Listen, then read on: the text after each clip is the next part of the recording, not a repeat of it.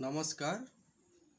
I am Rohin Chandra Das, Assistant Professor of Economics, Bongaigaon College, Bongaigaon, Assam.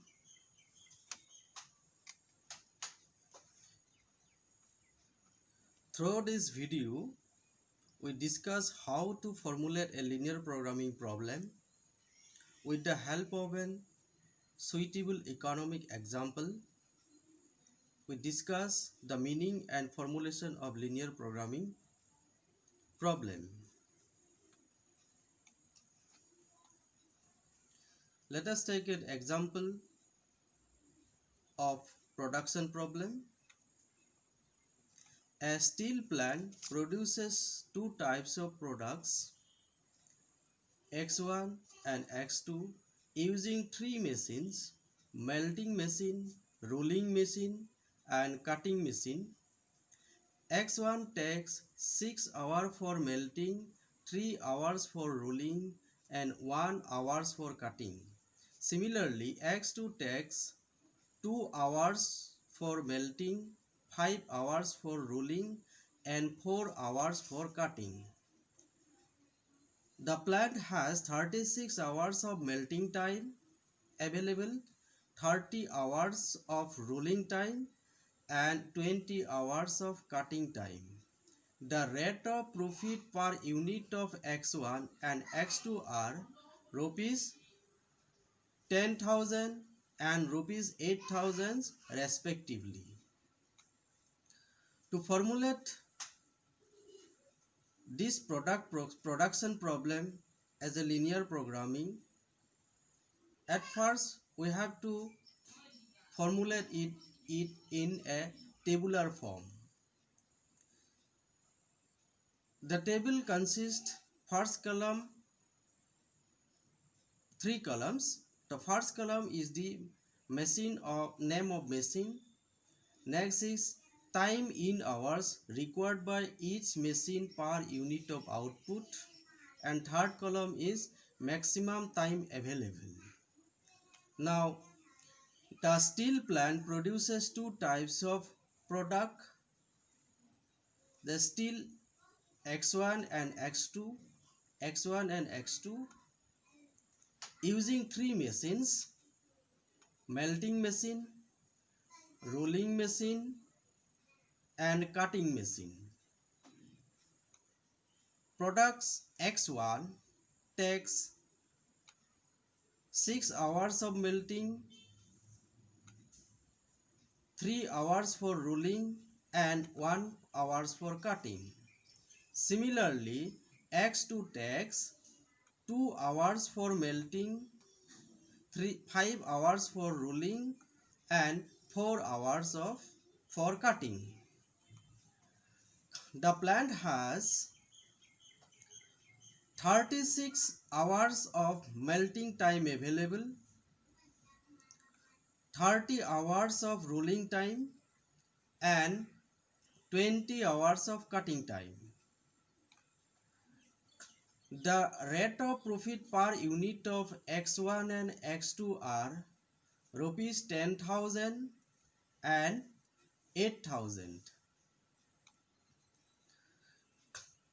Now we will formulate this problem into a linear programming form. The producer has to maximize his profit as per this problem. So maximize profit, Z is equal to 10x1 plus 8x2. So this is the 10 is the per unit profit for x1 and 8 is the per unit profit for x2. So that is why objective of the producer is to maximize profit. Z is equal to 10x1 plus 8x2. Now this has to be maximized subject to constraints. Since we have three machines here, so these three, as per these three machines, the three machines has their maximum time limit. So that's why we will get three constraints, one for melting, another for rolling, and another for cutting.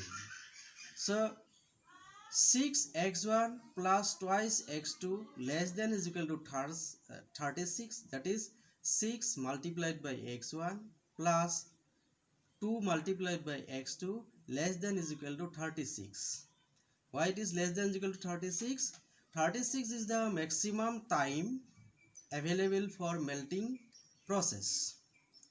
So process of melting must be completed within these 36 hours. Come to the next constants. So 3x1 plus 5x2 less than is equal to 30, because 30 is the maximum time available for rolling purpose. Third is 1 into x1, so x1 plus 4x2 less than is equal to 20. Here also 20 is the maximum time limit, so that's why cutting process should be completed within 20 hours. And last is x1 comma x2 greater than 0. So last one shows the non-negativity constants. That means output cannot be negative. So this is the formation of linear programming problem of a production problem, or we can say a production problem which linear form is this form. Now come to the general formulation of production problem. To explain the general formulation of production problem, let us take an example of product mix problem. Suppose a producer produces m commodities, viz. x1, x2, xm, using n inputs r1, r2, rn.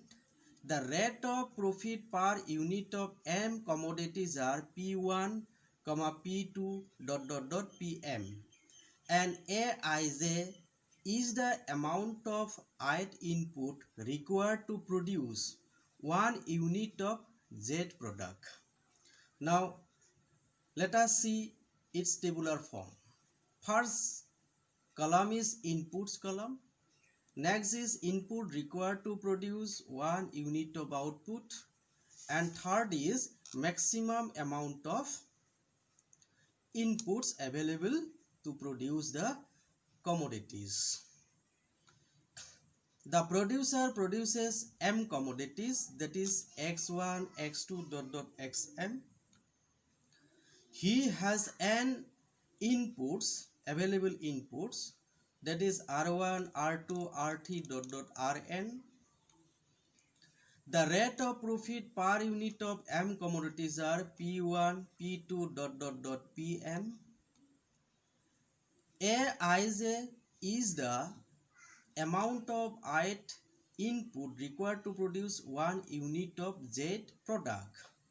So this A11E means this is the amount of input required to produce 1 unit of output x1. Similarly, this is amount of input 2 required to produce 1 unit of output of x1. That is where this is the A12, that is amount of input of 1 required to produce 1 unit of output of x2. So ANM, this means amount of n input required to produce 1 unit of output of m product. Well, so this is the tabular formation of this problem. Now come to the linear formulation. In this problem also the producer has to maximize his profit. So maximize profit, pi is equal to p1 multiplied by x1 plus P2 multiplied by X2 plus dot dot dot dot plus PM multiplied by XM subject to first constant corresponding to the input 1 A11 multiplied by X1 plus A12 multiplied by X2 plus dot dot dot plus A1M multiplied by XM less than is equal to R1. So this constant is for comes because of the first inputs. That is where this is the second constants which comes because of the second inputs, availability of second inputs. This way we will get other constants also. So last constant, it is the constants for n inputs, where n1 multiplied by x1 plus na2 multiplied by x2 plus dot dot dot plus anm multiplied by xm less than is equal to rn.